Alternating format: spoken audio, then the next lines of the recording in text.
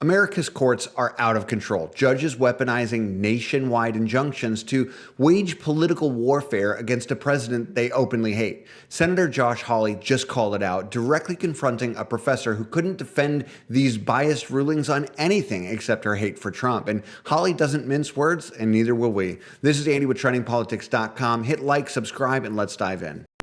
Thank you. Senator Hawley. Thank you very much, Mr. Chairman. Mr. Chairman. It's great to have this hearing. Thanks for calling it. Thanks to all of our witnesses for being here. Professor Shaw, nice to see you again. Let me just start with you, if I could, Professor Shaw.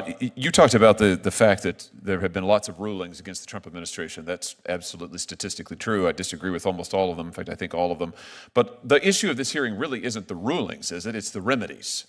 Would you agree? And those are distinct things. You may think that the ruling is quite correct, but that's actually not what we're talking about here today. We could have a hearing on that. Maybe we should. But we're talking today about the remedy. And the question is a remedy that binds parties who are not before the court, is that an appropriate thing? I mean, aren't you concerned about judges binding non-parties in their remedies?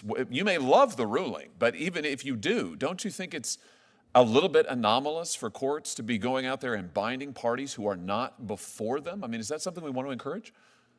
Senator, I think that judges have been issuing rulings that impact non-parties since Marbury versus Madison, right? So you're not concerned about it?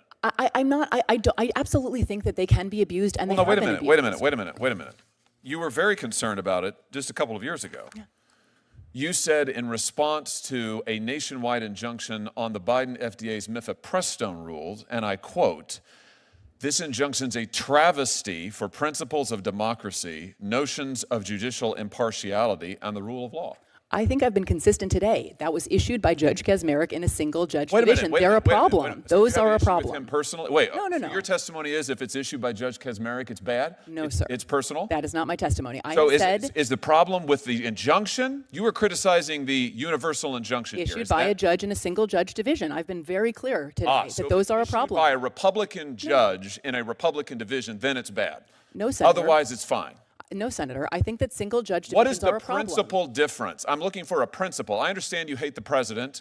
I understand you love all of these rulings against him. You and I both know that's not a principle. You're a lawyer. What's the principle that divides when issuing a nationwide injunction is okay when it's not? When the Biden administration was subject to nationwide injunctions, you said that they were travesties for the principle of democracy. You didn't say the referral to Judge Kaczmarek was a travesty. You said his injunction was a travesty for principles of democracy. Yeah. So, in other words, the translation is just you didn't like the outcome. Is that right? No, Senator. Look, we're talking about, I don't think Article 3 precludes this form of relief. So we are talking about prudential consideration. Prudential meaning political? No. Then give me, so far I have yet to hear it. You've been questioned by multiple senators. I have yet to hear a principle other than the fact when you like the ruling, you think it's great to apply it nationally, including non-parties. When you don't like the ruling, it is a travesty for the principles of democracy, notions of judicial impartiality, and the rule of law. Look, Senator, I'll say I think I am self-aware enough to know that my view of the underlying legal question, I am sure colors my perception of the remedy. I think that we should all acknowledge that. And yet I do think and why shouldn't we stop nationwide injunctions for everybody? I think that's what we're talking about today. Because I'm not willing to leave without relief non-parties who are injured. No, you're not willing to leave without the ability to bind President Trump. No, I right? think that... I mean, when it's Biden, it's okay. No. When it's Biden, it's a travesty. When it's Trump in office, it's no holds barred, whatever it takes, right? I believe in a powerful... What was it that President Biden's staff said? We've got to do undemocratic, unconstitutional things to save democracy. Why is this the same thing? I believe in a powerful president. I do believe in presidential power, but power and constraint are not at fundamental odds. What is the principle? What is the principle? The legal principle. You've referenced prudence. You've referenced the judges you don't like. What's the principle of when an injunction binding non-parties, which was never done in this country before the 1960s? And let's see the chart, the Trump chart, which was done really only once Trump came into office for the first time. You don't think this is a little bit anomalous? You don't think that's a little bit strange? A very plausible explanation, Senator, you have to consider is that he is engaged in much more lawless activity than other presidents, right? You don't think this was never used before the 1960s, and suddenly Democrat judges decide we love the nationwide injunction, and then when Biden comes to office, no, actually. It's Republican appointees as well, Senator, and the 1960s is where some scholars sort of locate the beginning of this, but others. One before then? Mila Sahoni, who's another scholar of universal injunction, suggests 1913 is actually the first. There were others in the 20s. The Republic endured for 150 years before there was a nationwide injunction. Well, the federal government was doing a lot less until 100 years ago. So there's many things that have changed in the last 100 or the last 50 years.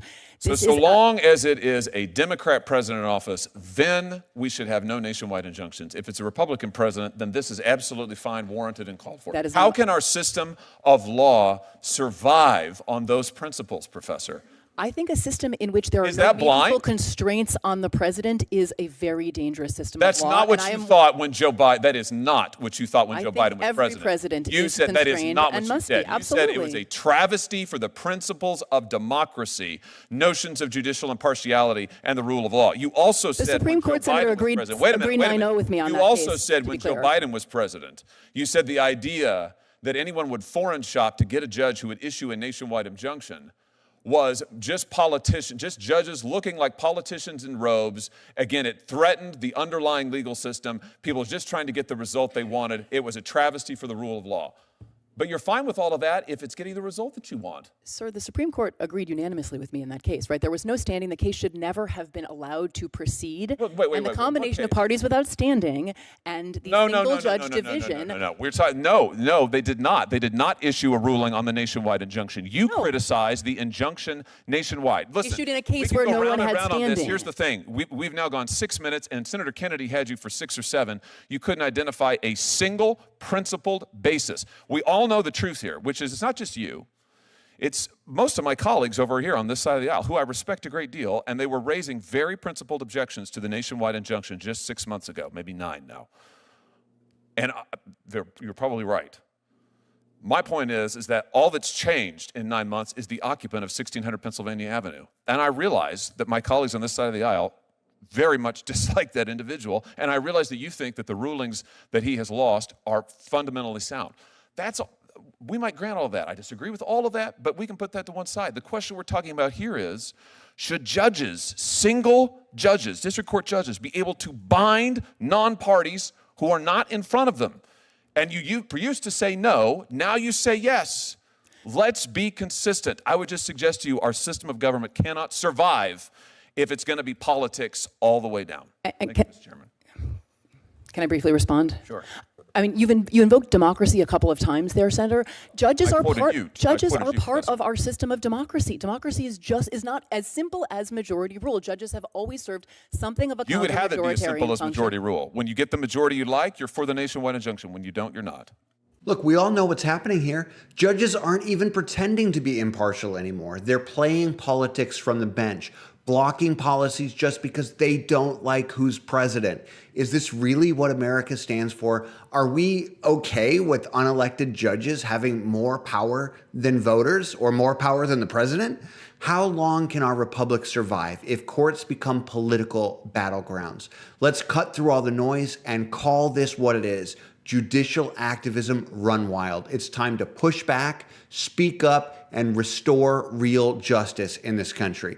This is Andy with TrendingPolitics.com. Stay informed, stay vigilant, and I'll see you next time.